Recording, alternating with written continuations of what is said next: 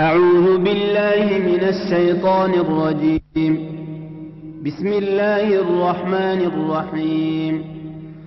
تبارك الذي بيده الملك وهو على كل شيء قدير، الذي خلق الموت والحياة ليبلوكم أيكم أحسن عملا، وهو العزيز الغفور، الذي خلق 7 سماوات طباقا، ما ترى في خلق الرحمن من تفاوت، فارجع البصر هل ترى من فطور، ثم ارجع البصر كرتين ينقلب إليك البصر خاسئا وهو حسير، ولقد زينا السماء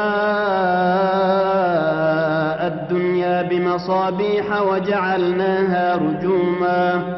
وجعلناها رجوما للشياطين، وأعتدنا لهم عذاب السعير، وللذين كفروا بربهم عذاب جهنم وبئس المصير. إذا ألقوا فيها سمعوا لها شهيقا وهي تفور، تكاد تميز من الغيظ، كلما ألقي فيها فوج سألهم خزنتها ألم يأتكم نذير، قالوا بلى قد جاءنا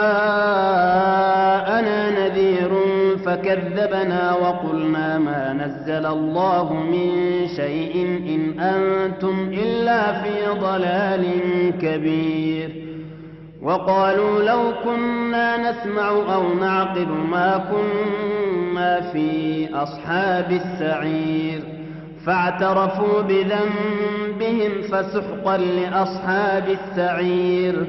إن الذين يخشون ربهم بالغيب لهم مغفرة وأجر كبير، وأسروا قولكم أو اجهروا به إنه عليم بذات الصدور. ألا يعلم من خلق وهو اللطيف الخبير. هو الذي جعل لكم الأرض ذلولا فامشوا في مناكبها وكلوا من رزقه وإليه النشور. أأمنتم من في السماء أن يخسف بكم الأرض فإذا هي تمور، أم أمنتم من في السماء أن يرسل عليكم حاصبا، فستعلمون كيف نذير. ولقد كذب الذين من قبلهم فكيف كان نكير.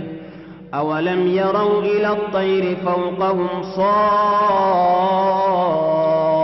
صافات ويقبضن ما يمسكهن إلا الرحمن إنه بكل شيء بصير.